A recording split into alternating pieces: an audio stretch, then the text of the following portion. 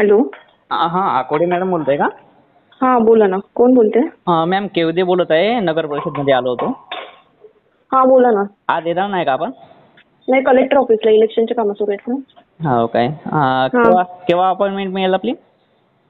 नाही, मी रोजच असते. सोमवारी या ना. आज पूर्ण दिवस कलेक्टर मॅडम सोबत हे आहेत. हा. नकाशे साईन करून घ्यायचे प्रभाग रचनेचे. ठीक आहे. काय काम आहे अर्जंट? अर्जंट तर आहेच मॅडम, पण सांगा ना मग. सध्या ते घरकुल विषयात होती.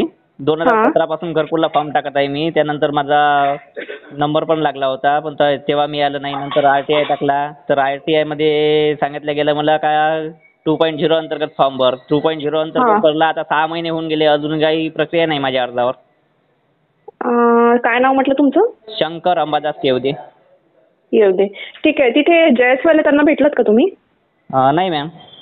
जयस्वाल सर्व CLTCचं घरकुलाचं बघतात. त्यांना भेटून घ्या ना. नाही, पण इकडले जे साहेब आहेत ते कॉम्प्युटरवर बसतात. ते कॉम्प्युटरवरल्या साहेबांना म्हटलं मी, कोणते ते सर? म्हणाले पट्टा नाही तुमच्याकडे, तर तुमचं काही होत नाही म्हणाले. अच्छा, पट्ट्याचा विषय आहे का? तुमचं कुठे, तुमचं हे आहे का, जागा तुमची नाही आहे?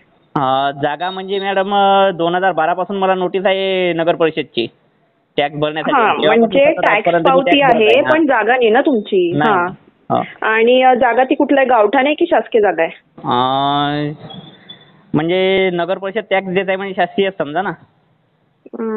मग पट्ट्याशिवाय नाही होणार ना ते, आणि ते पट्टे आपण नाही देऊ शकत. तर ठीक आहे, तरी तुम्ही काय करा, 2022च्या GR नुसार पट्टा नाही आहे माझ्याकडे, पण काही रोटरी वगैरे करून मिळू शकते ना मला लाभ. नाही ना, तसं आमची मीटिंग झाली आहे त्याच्याबद्दल, तसं नाही होऊ शकत ना. पूर्ण जिल्ह्याची मीटिंग झाली आहे त्याच्याबद्दल. हो काय? पण तरी काय करा, तुम्ही एकदा जयस्वाल आहे ते पूर्ण बघतात याचं, त्यांना एकदा भेटून घ्या. मग मी त्यांच्याकडनं पूर्ण माहिती घेते तुमचं काय केस आहे ती. ठीक आहे? बरं, ठीक. जयस्वाल CLTC आहे. तुम्ही या परत, तुम्हाला भेटायचं असेल तर परत या सोमवारी. घेऊन येतो मॅम. सोमवारी येऊन जा. ठीक आहे? ठीक आहे.